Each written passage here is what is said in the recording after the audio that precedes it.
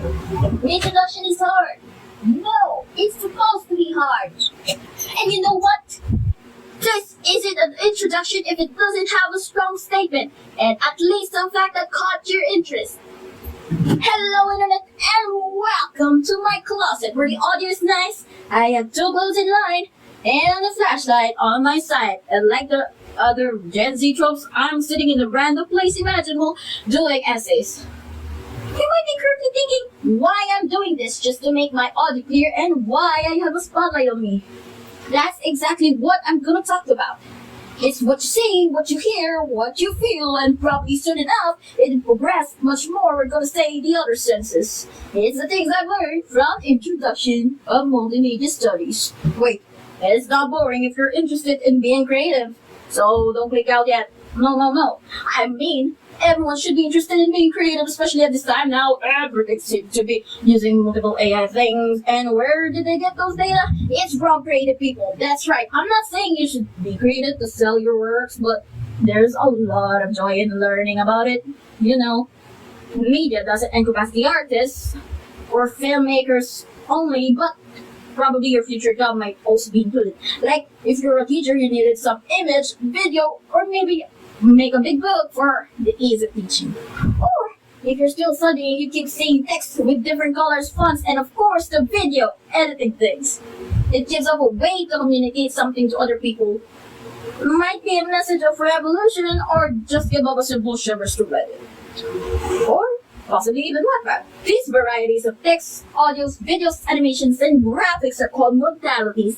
They interact and sometimes we just consume it immediately without noticing it, like in school and just us scrolling into different platforms. What if I told you that they're not simply just that, but carefully made up from analog to digital?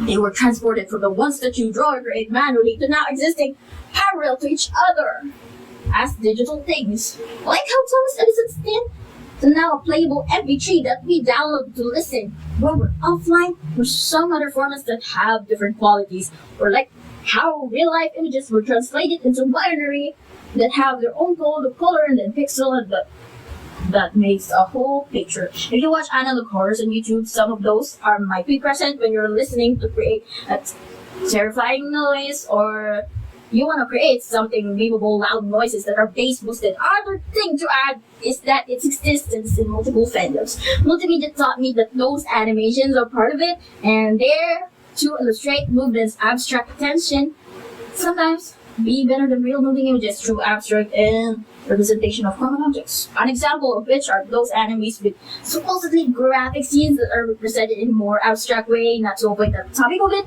but it was a decision according to creators, and at the same time, the interpretation of colors also played a significant role in the society, where brands adapt to red and films get color graded for the vibe of the film or the genre.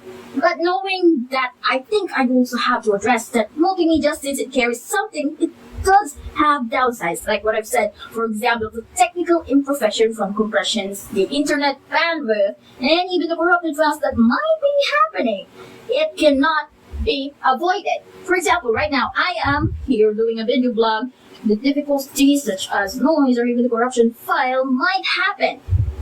I had the problem the last time that I cannot do an assignment because the browser I'm using cannot play Audio Matrix. And luckily I found a solution that I can get an older browser for it to play.